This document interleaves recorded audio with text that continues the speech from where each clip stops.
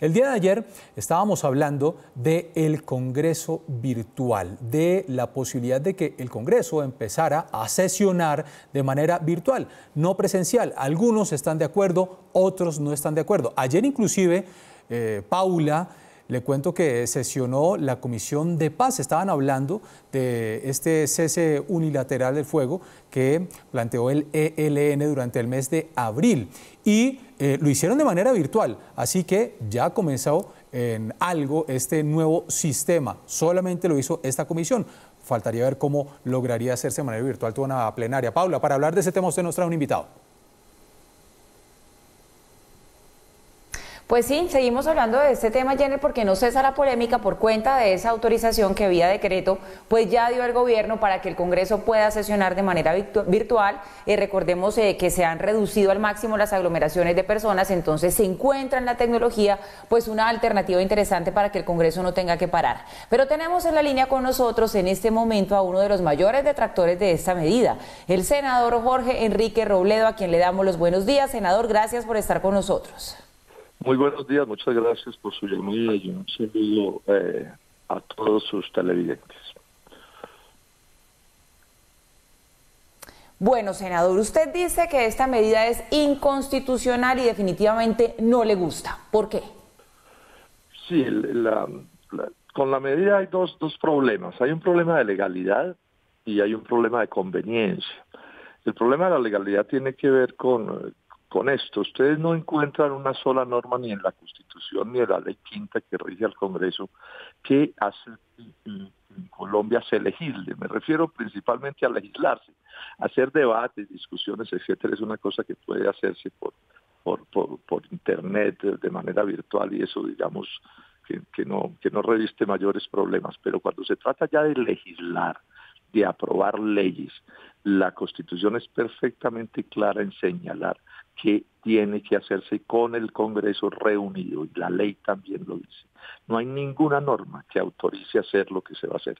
Es más, el Congreso de Colombia tiene una institución de ley que tiene como deber asesorar al Congreso en sus normas, y en una decisión de 12 páginas y en un concepto de 12 páginas es precisa en señalar que todo lo que se tramite mediante métodos virtuales carece de fuerza de ley, es ilegal. Entonces, aquí hay un primer problema, porque por graves que estén las cosas, la Constitución y la ley no se puede violar. Es inaceptable que el presidente de la República haya metido dentro de un decreto que tiene 1000 cosas, una frasecita para que el Congreso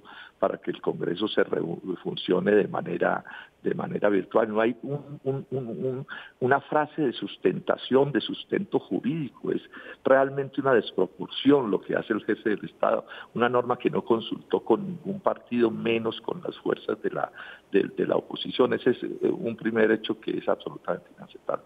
Lo segundo tiene que ver con estos asuntos.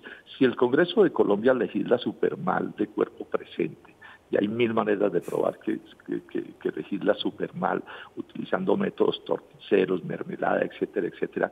No hay ninguna garantía de que mediante un sistema virtual se vaya a legislar. Primero, digamos, siquiera cumpliendo los rituales mínimos de mayorías y quórum y ese tipo de cosas, pero mucho menos con acierto. No hay ninguna posibilidad de que eso vaya a suceder así.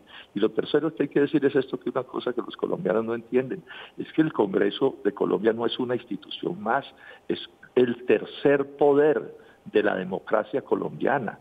O sea, la democracia se fundamenta en la separación de los poderes, que son poder ejecutivo, el presidente, poder legislativo y el poder judicial. Bueno, el Congreso de Colombia es la tercer pata de esa democracia y no es una extensión de la presidencia de la República.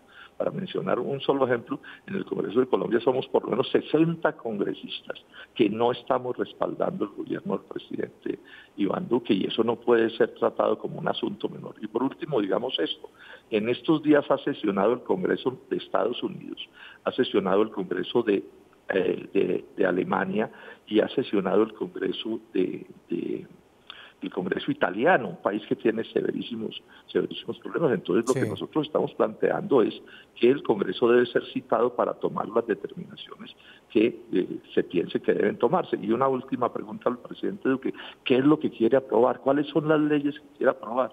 Y nos estamos haciendo una pregunta: ¿nos van a meter reforma pensional y reforma laboral por ahí?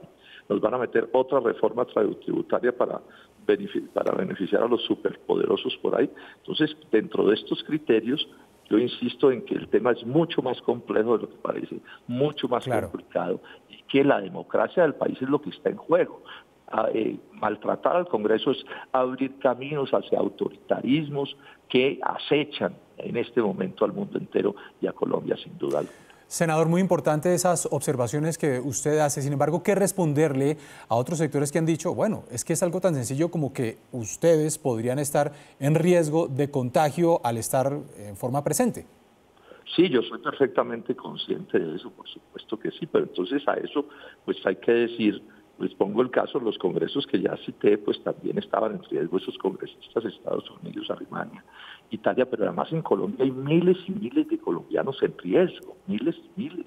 Toda la fuerza pública está en la calle arriesgándose. Todo el personal médico, miles y miles de médicos, enfermeras, etcétera, están en riesgo cumpliendo con sus deberes y en riesgos muchísimos más altos. Todas las cajeras, para poner un ejemplo, del comercio, de los supermercados que nos permiten comprar los alimentos, están en riesgo. Miles y miles de taxistas y de transportadores de todos los tipos están en riesgo.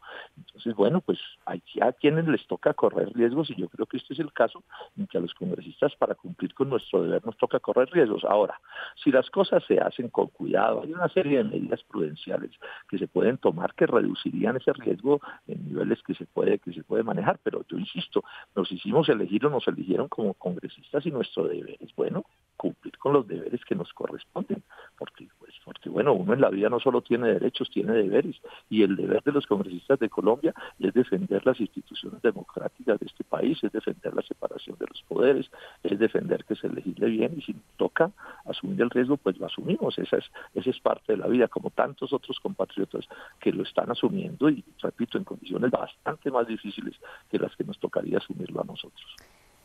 Sí. Senador Robledo, me gustaría volver sobre ese problema de legalidad que usted menciona, porque me surge una duda. Si ese decreto de poder sesionar de manera virtual lo emite el presidente en el marco de esa emergencia nacional que le permite a él pues tomar medidas excepcionales, ¿no es este un decreto con fuerza de ley y lo hace diferente? ¿No dejaría de ser inconstitucional? Digamos que lo que hace el presidente de la República es abusar del ordenamiento jurídico colombiano y montarse en la tesis que puede ser aceptable de que es que el hecho de que él lo decida, como sus actos tienen presunción de legalidad, entonces pues digamos que el acto se ejecuta, pero que se ejecute no lo vuelve constitucional. Sí, esta digamos, determinación que él está tomando, si la coge el presidente del Congreso, seguramente así va a suceder y así vamos a tener que sesionar, pero eso no lo vuelve constitucional. Lo que va a suceder aquí es que la Corte Constitucional debe declarar inconstitucional ese acto y debe declarar, digamos, inconstitucional cualquier norma que se apruebe por ese camino. Pero esta tesis que se quiere montar en Colombia, que son tesis de corte autoritario, ¿sí? de que es que mientras me lo tumban en la Corte me van cumpliendo, ¿cierto? O de que es mejor pedir perdón que permiso, son teorías inaceptables. Son teorías inaceptables que yo no puedo compartir, yo estoy simplemente dando una opinión. Pues si el presidente del Congreso convoca al Congreso aceptando las decisiones del presidente Duque, pues bueno, repito, ahí estaremos. Pero eso no le quita la ilegalidad, ni el abuso, ni el atropello. Porque aquí estamos discutiendo es de democracia. Aquí hubo un ministro, que no se me olvida, hizo una reforma legal, y un periodista le dice, una reforma tributaria, un periodista le dice, oiga, doctor, pero eso es ilegal. Y dice, pues sí, pero mientras me la tumban en la Corte Constitucional, me van pagando. No, ese no puede ser el estilo, porque pues, o por lo menos no puede ser el estilo para que lo aceptemos los demócratas, porque eso es incalificable. Yo repito, sí, no hay ninguna norma, ninguna en Constitución ni en ley que autorice a hacer lo que quiere hacer el presidente Duque.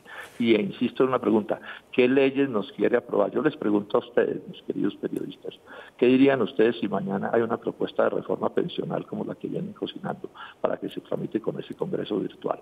O una reforma laboral que envilezca las condiciones laborales de los trabajadores colombianos.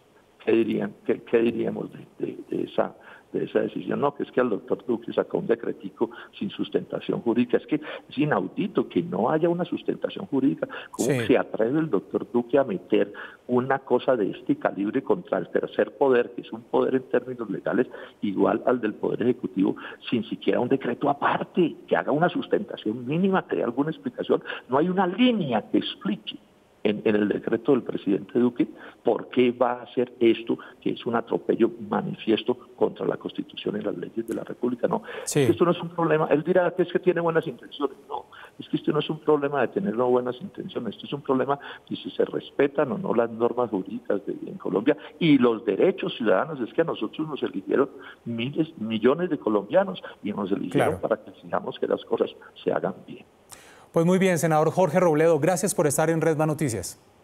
A ustedes mil gracias y un saludo a sus televidentes.